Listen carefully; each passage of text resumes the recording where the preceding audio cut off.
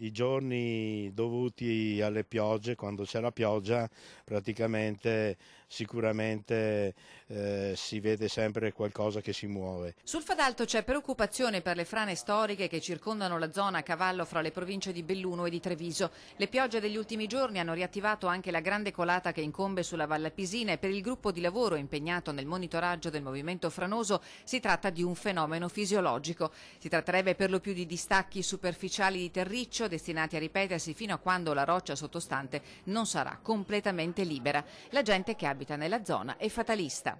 A me non mi fa paura perché se vedi un po' di sassi cos'è, no? Qua siamo abituati in mezzo alle frane, no?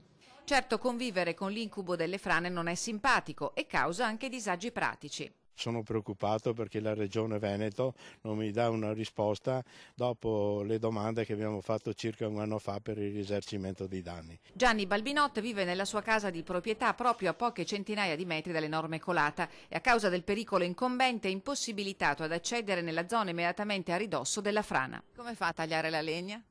In effetti adesso ci vorranno altri 100 anni, se hanno la fortuna di vivere i miei figli forse potranno mandare qualcuno. L'enorme ferita sulla montagna è visibile dalla A27, sotto continua ad essere utilizzata la 51 di Alemagna. Il comune di Vittorio Veneto ha fatto sapere di aver intensificato i controlli sul territorio anche per verificare il volume degli accumuli di ghiaia a monte della strada.